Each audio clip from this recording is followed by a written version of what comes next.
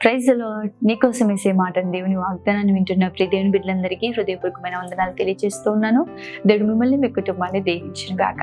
ఈ రోజు పరిశుద్ధ గ్రంథం నుంచి కొన్ని మాటలు మనందరం కూడా ధ్యానిద్దాము. పేతురు రాసిన మొదటి పత్రిక 5వ అధ్యాయం 4వ వచనం.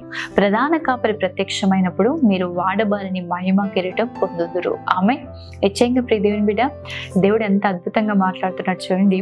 ప్రధాన కాపరి ఎవరు? ప్రధాన కాపరి అంటే మన యేసయ్య మన ప్రధాన కాపరి, మన దేవుడు మన ప్రధాన కాపరిగా ఉన్నాడు. అందుకే 23వ కీర్తన మొదటి వచనం చూసినట్లయితే యెహోవా నా కాపరి అని రాయబడి ఉంటది. నిజమే, దేవుడు మన ప్రధాన కాపరి అయి ఉన్నాడు.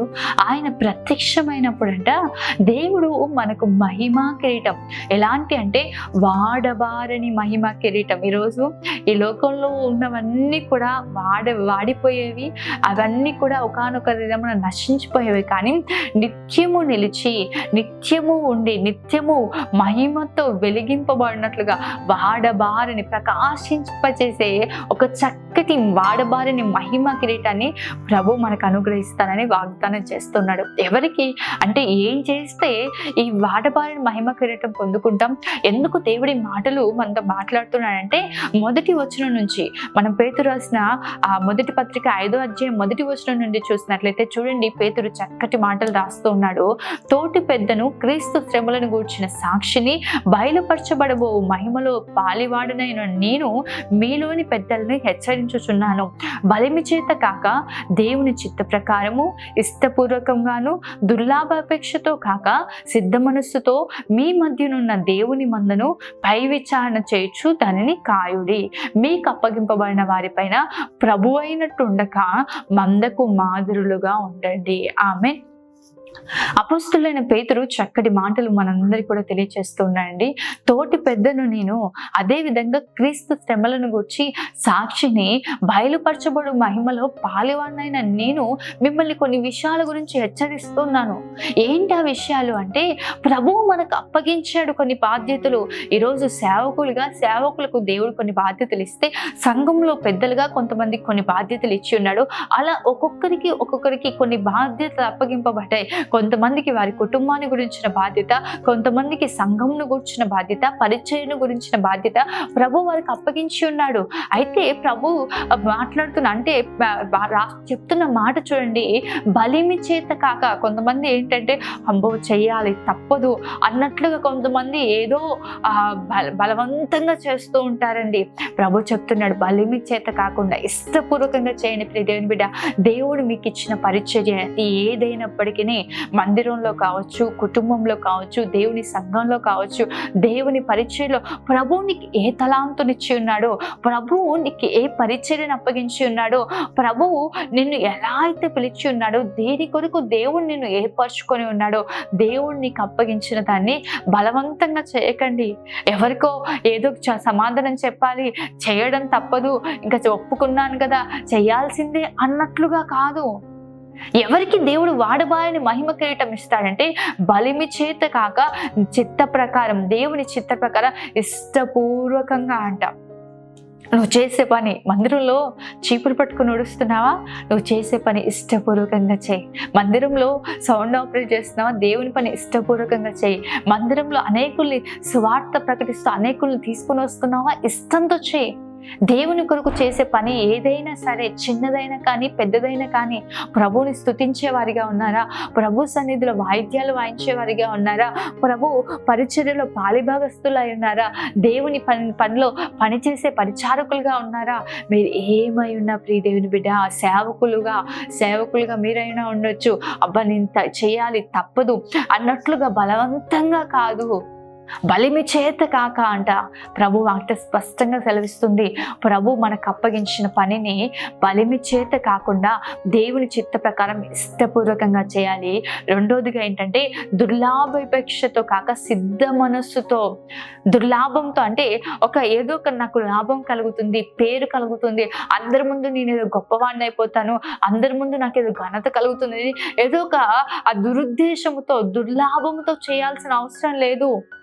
సిద్ధ మనస్సుతో చేయాలి. నేను ఈరోజు మందిరానికి వెళ్ళాలి, నేను ఈ పని చేయాలి, నాకు దేవుడు ఈ పని అప్పగించాడు, ఈరోజు ఈ పరిచర్య ఉంది అని నువ్వు సిద్ధపడి సిద్ధ మనస్సుతో మనం చేయాలంట. సిద్ధ మనస్సు అని జోడు తొణుక్కోండి అని ప్రభు వాక్యం సెలవిస్తా ఉంది. కాబట్టి నువ్వు చేసే పని దుర్లాభాపేక్షతో చేయకుండా సిద్ధ మనస్సుతో చేయాలి. మీ మధ్యలో ఉన్న దేవుని మందను పై విచారణ చేయొచ్చు, దాన్ని కాయండి. మీ మధ్యలో ఉన్న వారిని మీరు విచారణ చేస్తూ వాళ్ళు ఎలా ఉన్నారు, వారి బాగోగులు ఏంటి, దేవుడు మీకు అప్పగించడాన్ని మీరు జాగ్రత్తగా కాపాడుకోనండి. ప్రియ దేవుని బిడ్డ, ఇల్లు కూడా ఒక గొప్ప సాక్ష్యంగా ఉండాలి. నీకు అప్పగించబడిన ఇంటిని కూడా నువ్వు జాగ్రత్తగా కాపాడుకోవాలి. ఇంటి వారి నడతల్ని కనిపెట్టుకొని ఇంటి వారిని కూడా జాగ్రత్తగా కాపాడుకోవాలి. ఎందుకంటే మొదట ఎక్కడి నుంచి తీర్పు ప్రారంభమవుతుందంటే ఇంటి యొద్ద నుంచి అంట. కాబట్టి దేవుని ఇంటి పైన విచారణ చేస్తూ ఉండాలి. నీ ఇంటిని బట్టి కూడా నువ్వు విచారణ చేస్తూ నీ ఇంటిని నువ్వు జాగ్రత్తగా కాపాడుకోవాలి. అదే విధంగా చూడండి, మీకు అప్పగింపబడిన వారైనట్టు వారిపైన ప్రభు అయినట్లు ఉండొద్దు. నేను అధికారిని, నాకు ఏలుబడి చేస్తాను, యాజమాన్యం చేస్తాను, అధికారం చేస్తాను, వారిని ఏలుతాను అన్నట్లుగా ఉండొద్దంట. మీకు అప్పగింపబడిన వారిపైన ప్రభు అయినట్లు ఉండగా మందకు మాదిరిగా ఉండండి అని చెప్పి ప్రభు చెప్తున్నాడు. ఈరోజు నేను నాకు అంటే కొంతమందిని మనం చూస్తూ ఉంటాం కదా, ఏదైనా ఒక పని అప్పచెప్తే కింద ఉన్న వారందరినీ కూడా ఏదో అధికారంగా కఠినంగా ప్రవర్తిస్తూ, లేకపోతే వాళ్ళపైన యజమాయిషి చేస్తూ పనులు చేయిస్తూ ఉంటారు. అలా ఉండకూడదంట ప్రభు చెప్తూ ఉన్నాడు. మీలో ఎవరైనా గొప్పవారై ఉండకూడలా మీరు పరిచారకులై ఉండండి.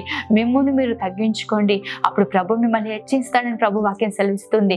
నిశ్చయంగా ప్రియ దేవుని బిడ్డ, మీకు అప్పగింపబడిన దానిపైన మీరు ప్రభు అయినట్లుగా ఉండకండి, కానీ మందకు మాదిరులుగా ఉండమని ప్రభు మాట సెలవిస్తూ ఉంది. నిశ్చయంగా అటు రీతిగా మనం జీవించినప్పుడు ప్రభు తను ప్రత్యక్షమైనప్పుడు, ప్రధాన కాపరిగా ఆయన ప్రత్యక్షమైనప్పుడు వాడబారిని మహిమ కిరీటాన్ని మనకు ధరింపచేసే దేవుడు అన్నాడు. ఎందుకు నేను ఇవన్నీ చేయాలి, నాకెందుకు అవసరము అని చాలా మంది అనుకుంటూ ఉంటారు. నేను నా మట్టుకి నేను ఆయన వాక్యం వింటూ ఉన్నాను, ప్రార్థన చేస్తూ ఉన్నాను, నేను బాగానే ఉన్నాను కదా అనుకుంటూ ఉన్నారు. కానీ నిశ్చయంగా ప్రభు మనల్ని ఎందుకు ఏర్పరచుకున్నాడు, దేవుడు ఎలా మనల్ని ఏర్పరచుకున్నాడంటే, పేతురు రాసిన మొదటి పత్రిక 2వ అధ్యాయం 9-10 వచనాలు చూసినట్లయితే, అయితే మీరు చీకటిలో నుండి ఆశ్చర్యకరమైన తన వెలుగులోనికి మిమ్మల్ని పిలిచిన వారి జ్ఞాతిశయాలు ప్రచురము చేయు నిమిత్తం ఏర్పరచబడిన వంశమును, రాజులైన యాజక సమూహమును, పరిశుద్ధ జనమును, దేవుని సొత్తైన ప్రజలై ఉన్నారు.